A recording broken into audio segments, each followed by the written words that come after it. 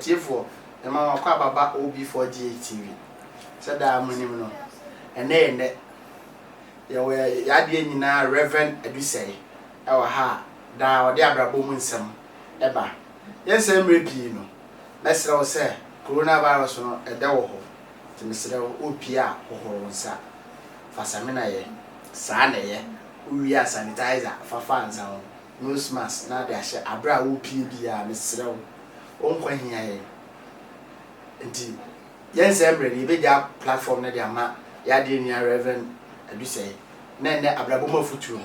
wo de ama ye yo anuanom ni adofo onyankopon enhyira obibiala o hwe sa program yi o hwe ba OB4GA TV ene abrabo mu nsem ya ide brewu omodin ne subscribe eko OB4GA TV yenua be me bit na ase ya na woye adwuma so bi adwuma na oye no ye adwuma bi a na esoni nyuma esoni ntino ye man pani e wo dwuma ni timina oye adwuma no na katua a efa ne nsem eso ntino ne sika fa ne nsem abribia nti sika na efa ne nsem adwuma ni sika no odibi ibi fa ne nsase ibi efa ne nti emra efa no so sa no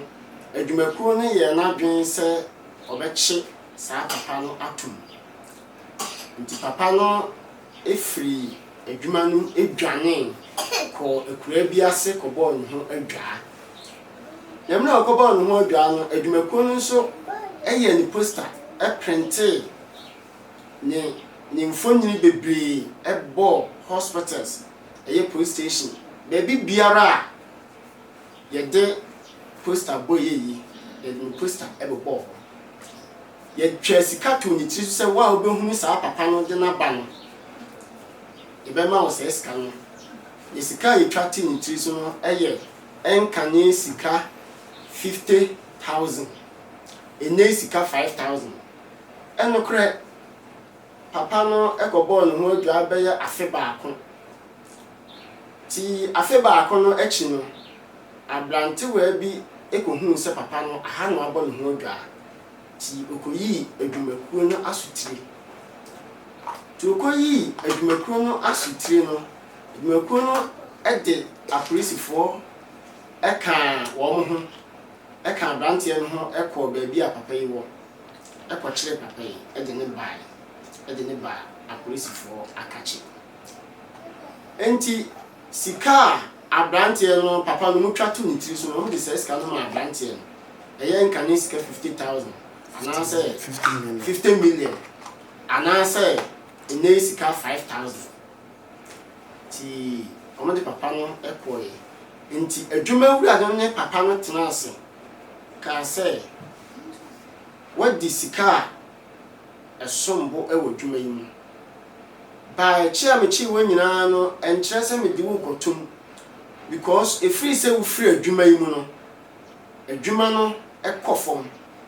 ama me adwuma wura enti me nsa aso mu me pese me sade adwuma no ehye wo nsa bim na wo saaye adwuma no na me de etete wo eno kwasem say adwuma wura ne sade adwuma no hye papa ne nsa bim na wo saaye adwuma no ma adwuma no sa pejai eche kane ni mpo ohu ade nyankopon aye abrantiwa wo papa na okodi konkonsa se yemeche papa no ntum enam sika bi ede atuntiri so obenya adie ntino wodi papa na ekọ ahochirim anaso de na ekọ amanye nanso nyankopon enhyehyeye de enye nipa enhyehyeye onyame akwanti se nipa akwanti no onyankopon sa afa akwan foforo so sa de papa ne ba na adwuma ne mu biem wasa ba ye adwuma ne mu adwuma ne pani biem ama adwuma ne sa pejai akatua no woje no ye ka bo ho emo ho editua papa ne ka ye tete papa no e ka wode kopem se e ka no esai odofo se bibisia na no nkyere se onyankopon apaw ebi a na odu free baby foforo e do akọ baby foforo ebi a na odu free 1 akọ 2 because baby anseye a baby enye yi enti amanye bi a wakotom no e ma saa amanye ni mu wabem e ma saa amanye no enhye oso nni awreho ebi a ne Nyankopon pese wode bie kwan amawo enso he bi wo ha se eba ana so bi wo ha ne se ba na ye nkunimdie bi na wachiri nkunimdie bi wo ha eba enso he dikan na udi saa enso he no so a ne nkunimdie no aba ene ye dwumadi a ye de ma munni die be ka kirewan se bomodian ne subscribe to OB4 TV se be ya da biara de futu sem ba ye de asem bi a abawo mu ba wonso onsaka Onyankopon enhyira obi biara a wo hwe nyame nka mo mi ame kasa yi me din de Reverend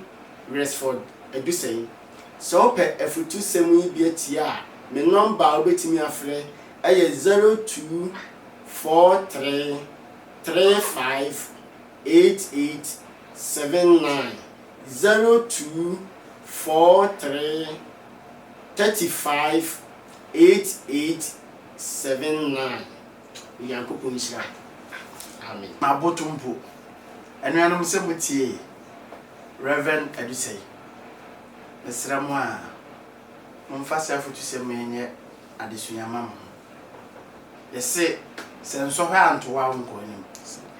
uko school ni anya exam sa nkonim amuzo obi free class wa ko class 2 abra nya exam sa but abrabo mo futu se opese oba platform we so na se no so who need access to a year you can call us on 0546293516 0546293516 the same line so your WhatsApp and the WhatsApp no problem I will be sending an audio you pen less than 30 minutes 30 seconds man summarize and man less than 30 seconds you pen 10 p na or their top page and I say subscribe to the channel OB4GH TV that's it. Mobati enka. Nyame